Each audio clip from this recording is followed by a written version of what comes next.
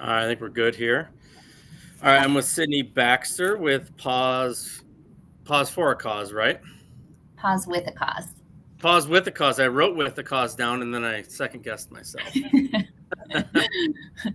That's very um, common. There is another pause for a cause. So, yeah.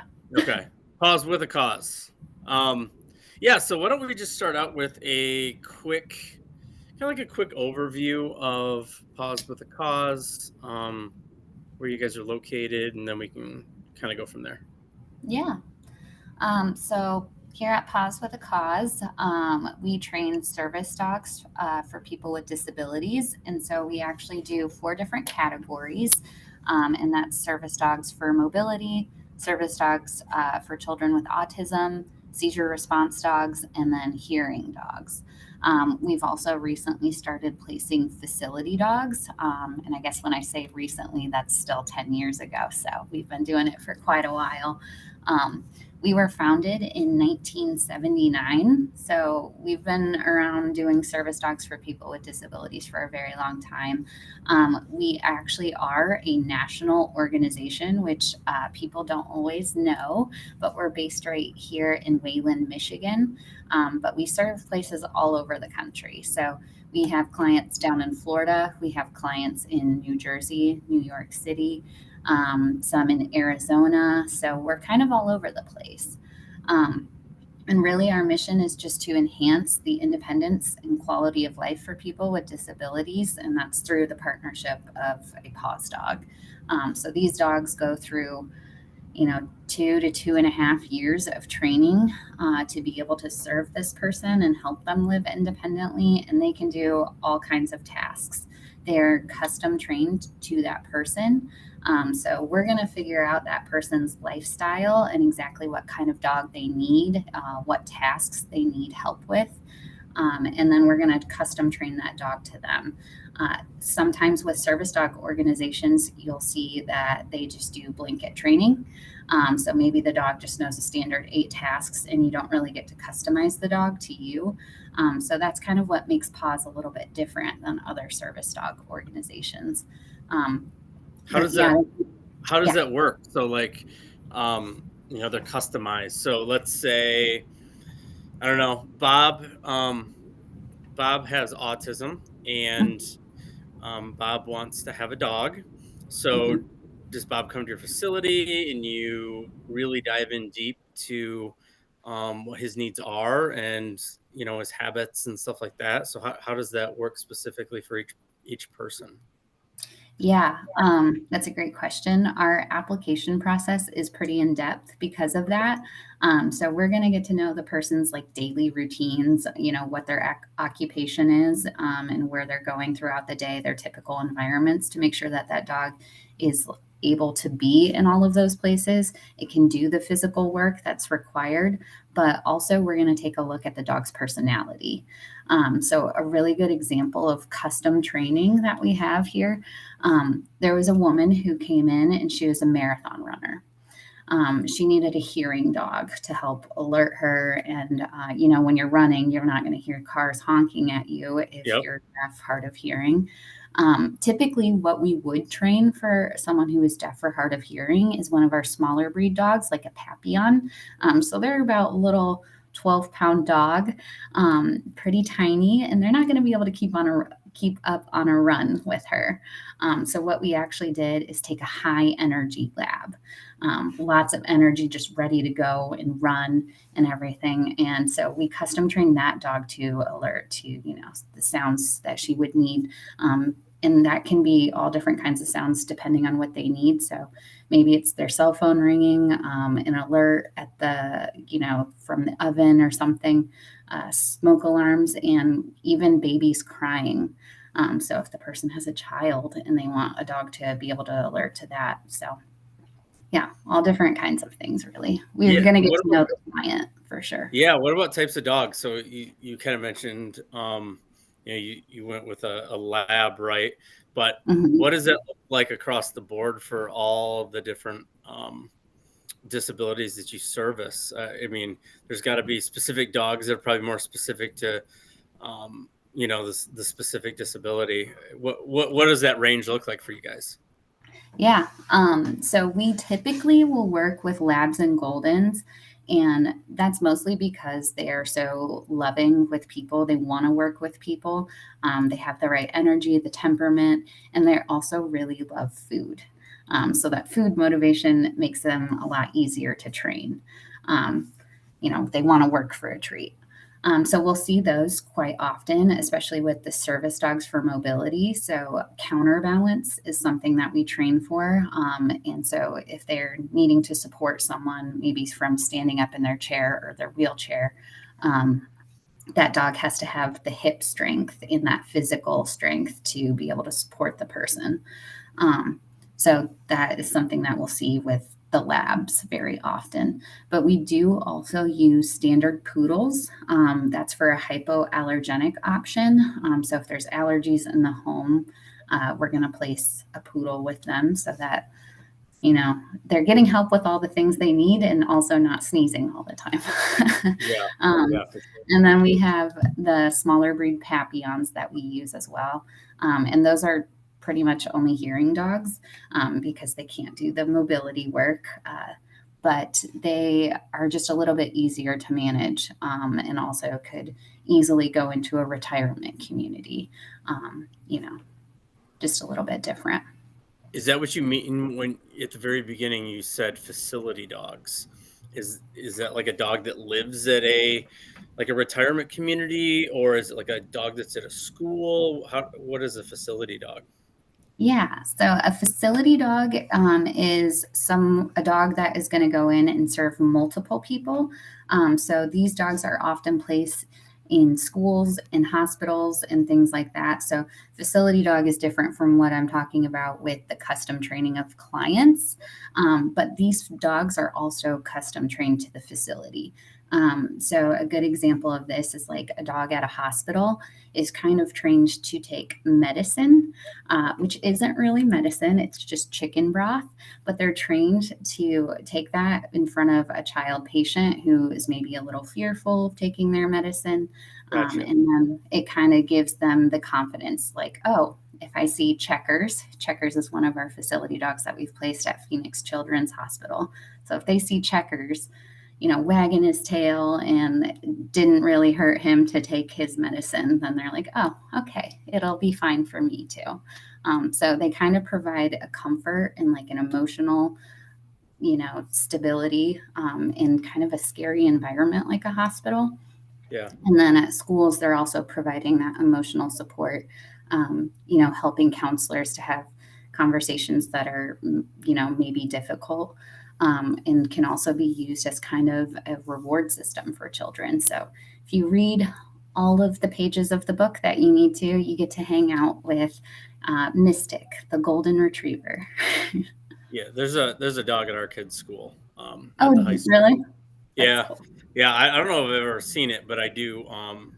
The strength and conditioning stuff for the boys soccer team, and we were Mhm. doing some running in the hallway the other day, and they were like, "Oh, the dog's right down there near the corner," because they were running around. It was almost like a 300, but they were talking about the dog. Yeah, yeah. And the dogs add such a like positive element to school and stuff like that. They really become a favorite. We've had schools do peanut butter fundraisers and give us jars of peanut butter in celebration of their dog's birthday. And so it's really like a fun community thing that they get to enjoy.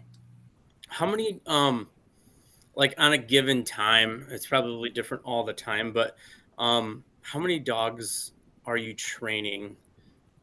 Like, let's just say today, how many dogs do you have at your facility that you are actually working with training to send out to somebody? So yeah, you're right. It does vary. To date, we've placed over 3,000. We're probably about 3,500 um, dogs at this point with clients with disabilities, but each year it can differ. We typically have been placing around 50 dogs a year with a client with disabilities, and then around 20, 25 facility dogs. Numbers are going to be a little bit lower right now because we're under construction with the new facility. So Yeah. to prepare for that, we can't have as many dogs on campus. And so then you slow down your breeding and all of that kind of stuff. So right now we're placing around 30 to 40. But hopefully each month that'll go up. And our goal is to be placing and certifying 100 teams per year. So doubling our placements for the year. Where do those dogs go in the evening? Do they go home with somebody, or do they just live at the facility? The dogs in training will live at the facility, and they're only here for 5 to 8 months during that training. That's how long it takes our trainers to get them up to speed. But that can really vary on how many tasks they're learning. But it is kind of like we say, like college or something, basically. So they're here, they're working with the trainers and stuff, but they're not here for very long before they're going to their client. And then for that last 6 months of their training, they're actually working with the client in their home and a field rep in that area. Okay. So, yeah. So they're only on site living here for maybe a year. Okay. And then why don't you talk about the upgrades to the facility? Yeah.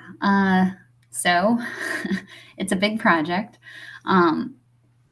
We have been in the same facility and operating out of this facility since 1994. And the facility shows it. Yeah. It hasn't been updated the entire time we were here, where our vet team is working out of converted offices that were converted into exam rooms and stuff like that. But, we could be functioning way more efficiently if we had the space.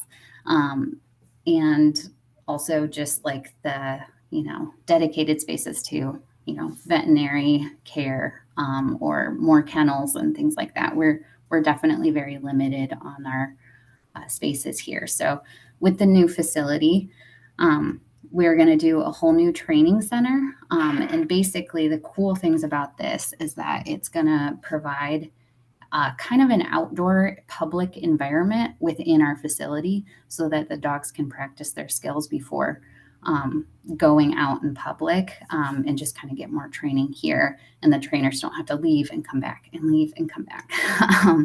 So it's going to be way more efficient for them. But it's going to have a simulated grocery store and like a cafe. It's going to have curb cuts, different sidewalks and textures for the dog to get used to, ramps going up to an apartment building, a whole apartment inside the training center. So it's going to be really cool. A big improvement from what we're working with right now. Yeah, that's awesome. Yeah. How about how does this typically get paid for? I mean, because I can't imagine that it's super cheap to have a dog trained like these dogs are being trained.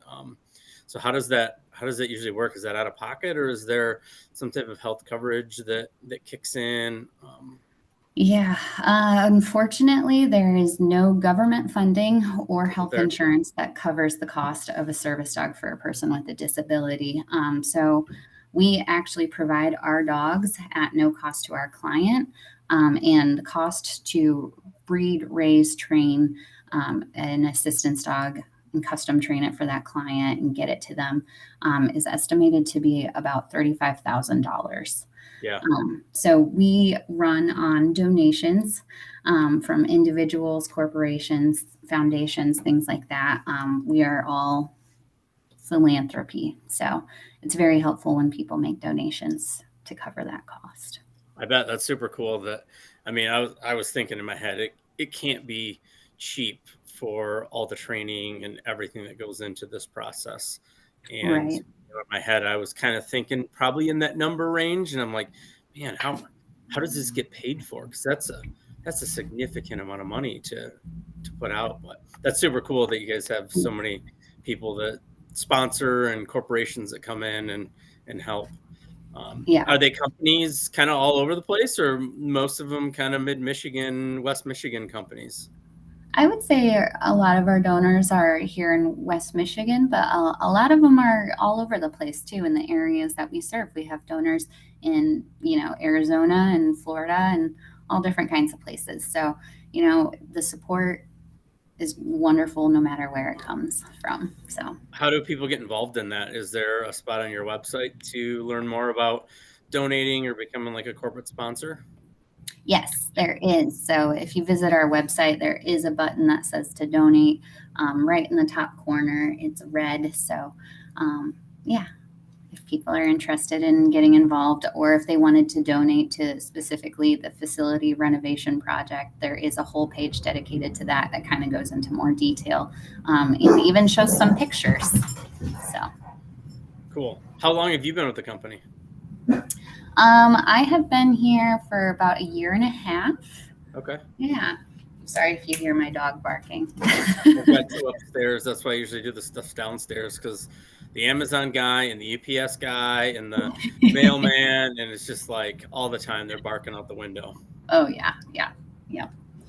Um, the other thing I did want to touch on because I feel like we talked about the donations, and yes, that is so helpful. But the other way people can really get involved is with foster puppy raising. So our program is kind of unique, and what happens is Murphy. Um, what happens is for the first year of a dog's life, they'll actually go live in a volunteer's home. So these people sign up to provide just a loving home, basic care, basic obedience training, like the sit, stay, come, that type of thing. And then after that year is up, then they'll go into like the more formal assistance dog training. But that first year is actually so important because they're, learning those basic skills. But that volunteer is also taking the dog out once it has its shots and everything, and it's good to go out in public. So they'll take them to a grocery store with them, or a library, or somewhere that dogs wouldn't typically be. But they need to get used to being at those environments so that they can go anywhere with their client. So yeah. Cool. Anything else that we missed that you want to cover? Um, I don't think so. I think that's pretty much everything. Yeah. All right. Well, cool. I appreciate you jumping on here with us. Yeah. Thank you. Yep. Have a good one. You too.